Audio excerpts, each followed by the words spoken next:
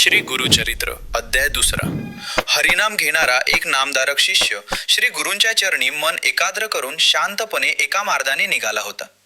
दमल्यामुळे तो एका झाडाखाली विसावला आणि स्वप्नात त्याला दर्शन झाले भस्म, व्याघ्रचर्म आणि पितांबर धारण केलेल्या एका योगीचे. त्या योगींनी त्याच्या कपाळावर भस्म लावले आणि म्हणाले, भिवू नकोस, श्री गुरु तुझ्या सोबत आहेत. नामधारक दचकून जागा झाला.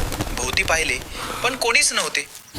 थोडे पुढे गेल्यावर तोच योगी प्रत्यक्ष त्याच्यासमोर उभा होता. नामधारक आनंदाने धावत गेला आणि वंदन करून म्हणाला, हे योगीश्वर, आपण कोण आहात? तेव्हा योगी म्हणाले, माझे नाव सिद्ध आहे आणि गांधापूरचे श्री नृसिंह सरस्वती हे माझे गुरु आहेत. नामधारक म्हणाला, मीही नित्य श्री गुरूंचे ध्यान करतो, मग माझ्या नशिबी ही कष्टप्रद अवस्था का? यानंतर सिद्धांनी वेदधर्म आणि संदीपकाची अद्भुत कथा सांगितली. वेदधर्मगुरु आजारी कुष्ठरोगी झाले.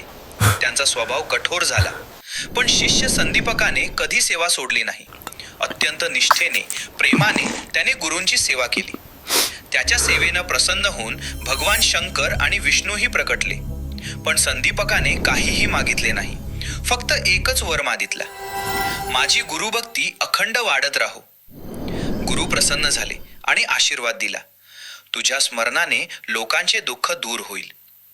दुसऱ्या अध्यायातील शिकवण आहे ती अशी की गुरुभक्तीपेक्षा मोठे काहीच नाही.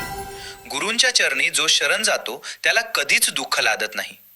अशाच प्रकारचे दत्त महाराजांवरील भक्तिमय व्हिडिओ पाहण्यासाठी फॉलो करा.